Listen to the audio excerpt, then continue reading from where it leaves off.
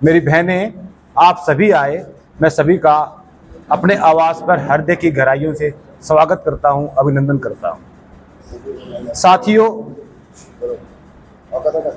आज चुनाव का बिगुल बज चुका है। जैसे ही चुनाव की घोषणा हुई, उस दिन से ही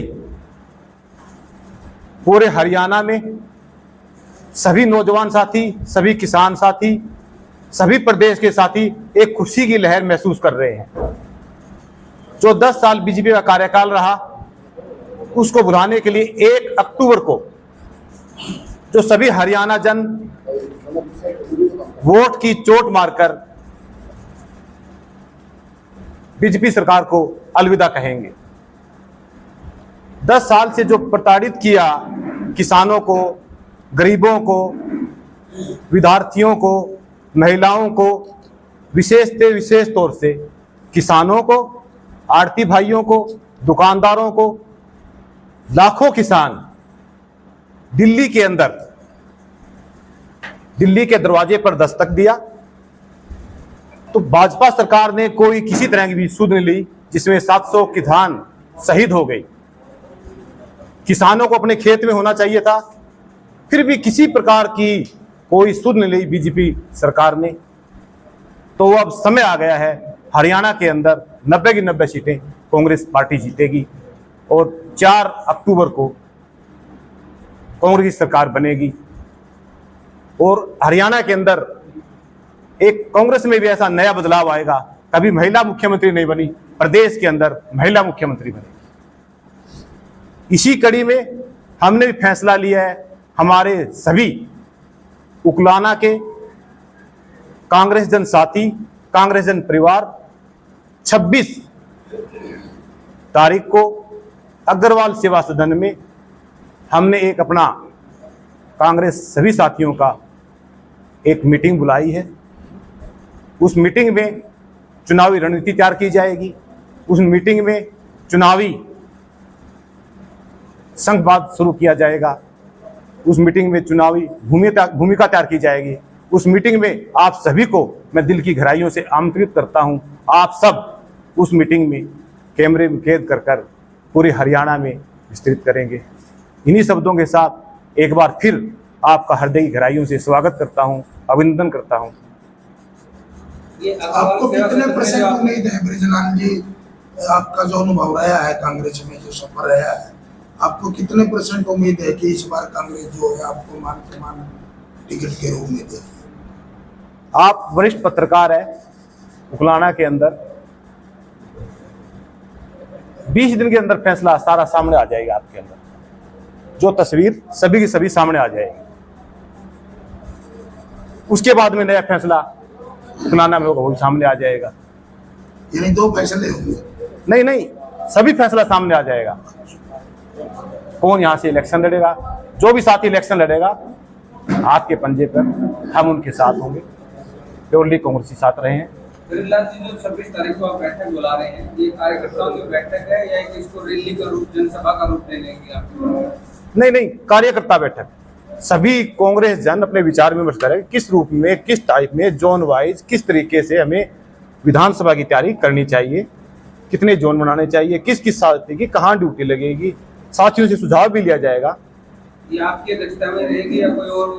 सभी कांग्रेस जन की अध्यक्षता है, सभी साथी कांग्रेस जन आएंगे, सभी की अध्यक्षता है। कोई बाहर से ऊपर से भी कोई हाईकमान का नेता भी कोई आ रहा है? पूरा कांग्रेस परिवार, उकलाना का पूरा कांग्रेस परिवार यही होगा, सब आपके सामने यही होगा। हाईकमान की तरफ है, ऊपर हाईकमान से भी कोई आ रहा है? हाईकमान से हाईकमान ये पूरी उकलाना हल्का 57 कैंडिडेट सुनने में आ रहे हैं और सभी के सभी अपने आप को प्रबल दावेदार बता रहे हैं। ऐसे में हम कैसे मान के चले कि ब्रिजलाल या अपनी वजह के साथ और लोगों को विश्वास है? देखो रंगा साहब, मैं ये नहीं मानता ये कोई कांग्रेस का संविधान नहीं है। 57 कैंडिडेट है। मैं भी नहीं भरना चाह रहा था पर्चा, तो ये संविधान नहीं है। ये होते कांग्रेस साथियों को, जो साथी अपनी तैयारियां कर रहे हैं, वो तैयारियों में ऐसे जो जुट जाएंगे, एकता बढ़ेगी। तो इस वजह से ऐसे कोई महत्वपूर्ण बात नहीं है कि 57 ने ही उन्हीं में से टिकट मिलेगी। ब्रिजलाल जी, नहीं, फिर वो 56 जो है मायूस तो होंगे। अब मायूस तो लोकतंत्र है जी, सबको किस होना तो एक को ही है। हाँ, वही तो। हरी पार्टी हो गए हैं, कम से कम 150 कैंडिडेट हो गए, बनना तो एक को ही है। अशोक राणा की नई बीजेपी पार्टी को अलविदा कह दिया है, कयास ये भी लगाया जा रहा है कि वो बीजेपी ज्वाइन करेंगे, आप इस पे क्या कहना है? देखिए, अनूप जी ने पूरी मलाई खाकर आज समय पर एक आखिरी निचोड़ पीक पॉइंट आ रहा है, उस पर फैसला लेता है, वो जनता ही चोट मार देगी उसको। मीटिंग बुलाकर देखो, मैं तो ये मानता हूं आपकी प्रेस कॉन्फ्रेंस ही नहीं बुलाएगा वो। 10 साल हो गए हम जानते हैं। आपकी प्रेस कॉन्फ्रेंस ही नहीं बुलाएगा, बोलेगा क्या क्या किया है उसने बुलाने के लिए।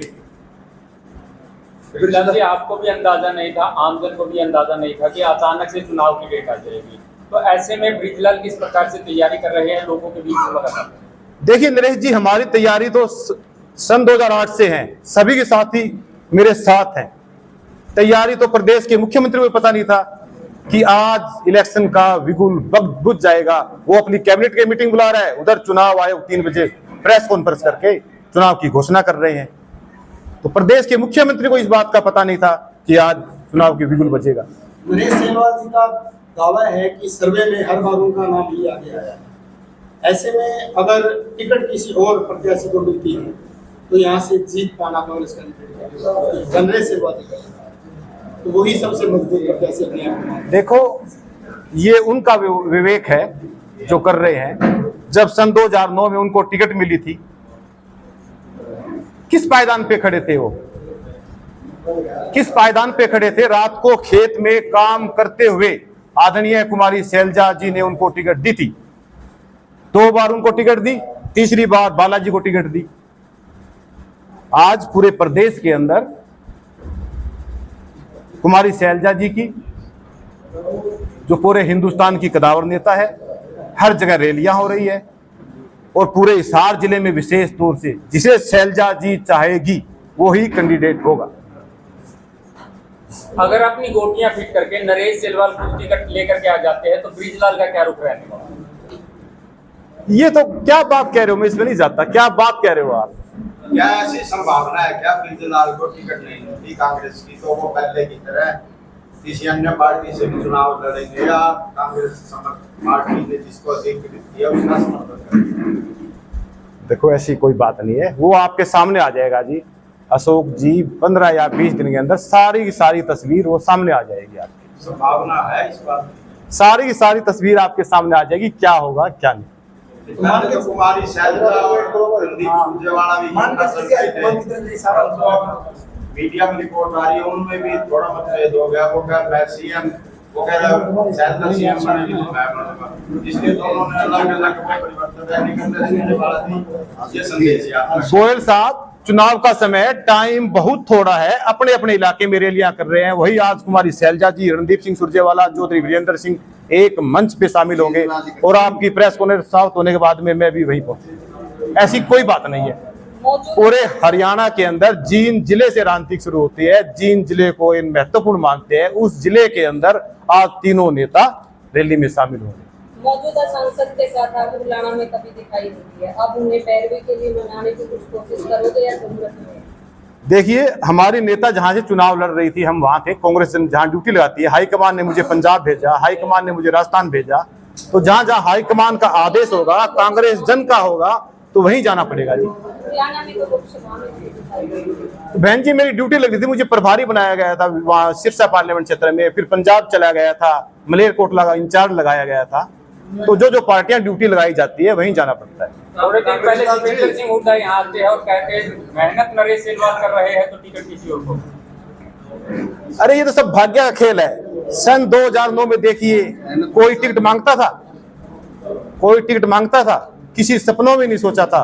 आप सब ने देखे थे, जो पत्रकार अभी जो नए जुड़े उनको अलग बात है, कितना हजूम जुड़ता था अपने साथ। सभी ये मानते थे टिकट आदरणीय कुमारी शैलजा जी नरेश जी को दे दी। मात्र 15 दिन में विधायक मिल गया। ब्रिजलाल जी, आपने कहा कि शैलजा जी महिला सीएम होंगे, बिल्कुल। किस तरीके से आप इसकी क्या हाईकमान से कोई आपके पास आदेश आ गए? आप देख लेना, 4 अक्टूबर को देख लेना आप।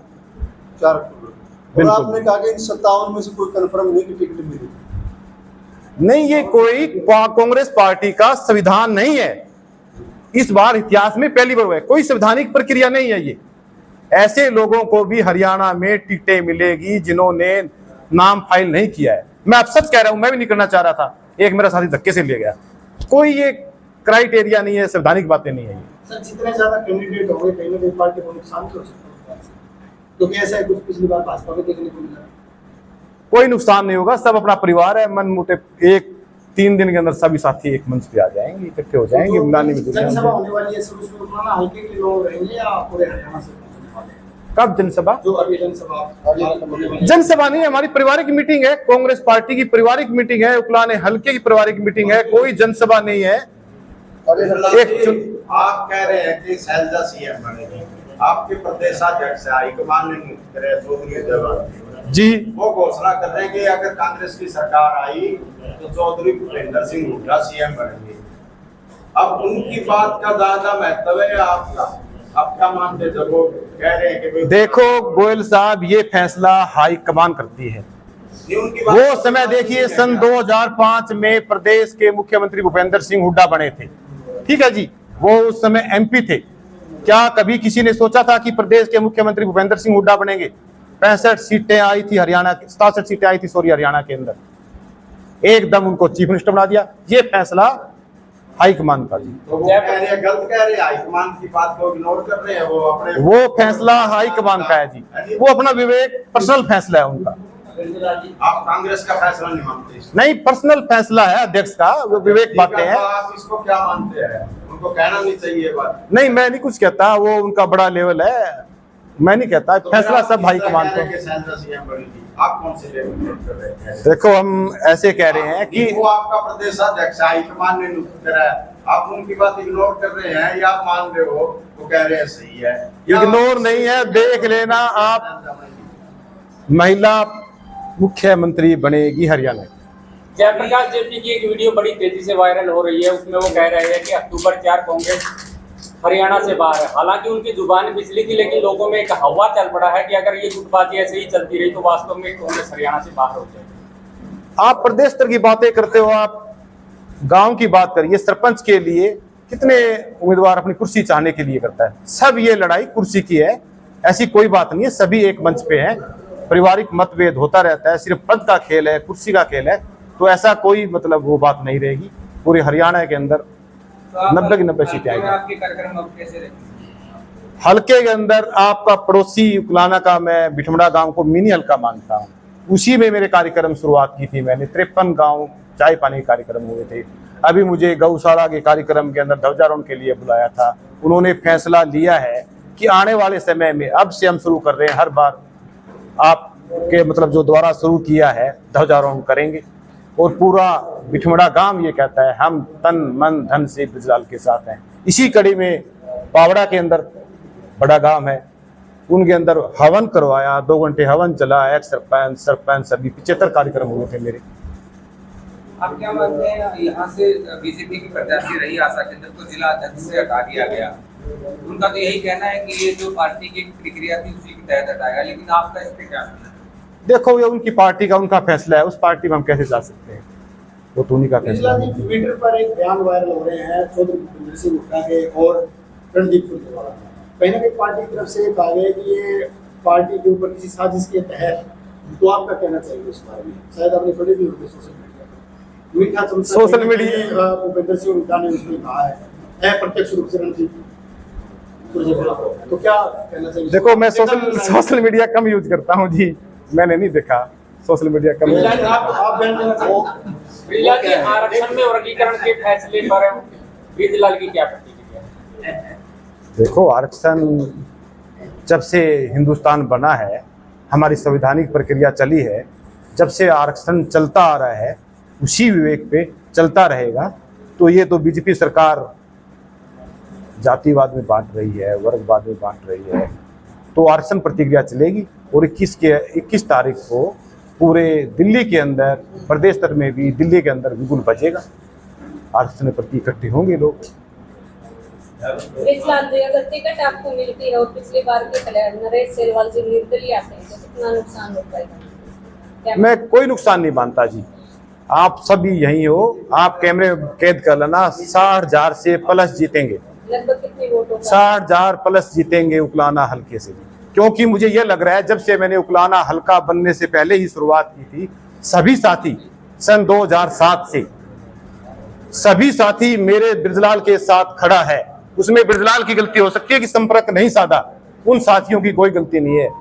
सन 2007 से अब 2024 लगा हुआ है, तो आज इतना लंबा समय तो कोई खड़ा ही नहीं रह सकता। मैंने क्या किया उनके लिए? मैंने ईमानदारी से काम किया, सच्चाई से काम किया। जो कलम जिला परिषद के तहत मुझे जिले ने दी थी, सच्चाई और ईमानदारी की वो पहचान है। इसीलिए सभी साथी विशेष तौर से उकलाना के हल्के के अंदर जो मैंने ग्रांट दिया, कोई गांव अछूता नहीं रहा। सभी गांव के साथी मानते हैं और सभी ग्रामीणों ने खुद, सरपंचों ने, ब्लॉक समिति साथियों ने, जो मैंने कमेटियां बनाई उस कमेटियों ने, सभीयों ने खुद पैसा लगाया। ना कोई वीडीपीओ ने, ना कोई जेई ने, ना कोई एसडीओ ने। मैंने खुद कहा कोई आपसे कोई रिश्वत मांगे मुझे बताना, आप सिर्फ कामों की रसीदें अधिकारियों को दोगे, और काम करवाया। उसी की तस्वीर आज मेरे सामने खड़ी सभी के साथ। प्रोग्राम कर रहे हैं और प्रत्याशी प्रोग्राम कर रहे हैं सर, बृजलाल अपने आप को कौन से नंबर पे देख रहे हैं? देखिए, ये तो जनता ही देख रही है जी, आप ही बता सकते हो। बृजलाल क्या बता सकता है? मेरे प्रोग्राम हर गांव में, हर जगह, हर समाज में एक से एक बढ़ते प्रोग्राम हो रहे हैं। कोई गांव ऐसा नहीं है जहां, छोटे गांव भी ले लो, 20-25 कार्यक्रम ना होते। सकते हैं कि आप चुनाव लड़ोगे? देखिए, ये फैसला हाईकमान का, आदरणीय कुमारी शैलजा जी का होगा, और 20 दिन के अंदर सभी सामना आपके सामने आ जाएगी तस्वीर। बृजलाल जी, बसपा नैलो गठबंधन को किस प्रकार से? कुछ नहीं है, सिर्फ कांग्रेस है, सब जीरो। आज ऐसा माहौल है कि हरियाणा के अंदर कांग्रेस 10 साल देख चुके हैं, तो सिर्फ कांग्रेस को चाह रही है जनता। कहीं ऐसा ना हो जाए बाद में आप आरोप लगाते फिरे कि ये कड़ी बिगाड़ते हैं। नहीं, कुछ नहीं होगा ऐसा। खुद अपनी वो साख बचाने को बच रहे हैं। उनके 2.5 या 3,000 विधानसभा क्षेत्र वाइज वोट आएंगे। ठीक है जी। भारी उम्मीदवार की ज्यादा मांग होती है, कह रहे हैं भारी उम्मीदवार का अभाव है। कौन है भारी उम्मीदवार, बताइए आप? ओम प्रकाश जी रैली पे उन्होंने कहा था कि कोई भारी उम्मीदवार आएगा तो उनकी सपोर्ट नहीं करेंगे। देखिए, लोकतंत्र है ये, लोकतंत्र में कोई कहीं से भी खड़ा हो सकता है जी। ठीक है जी, धन्यवाद जी।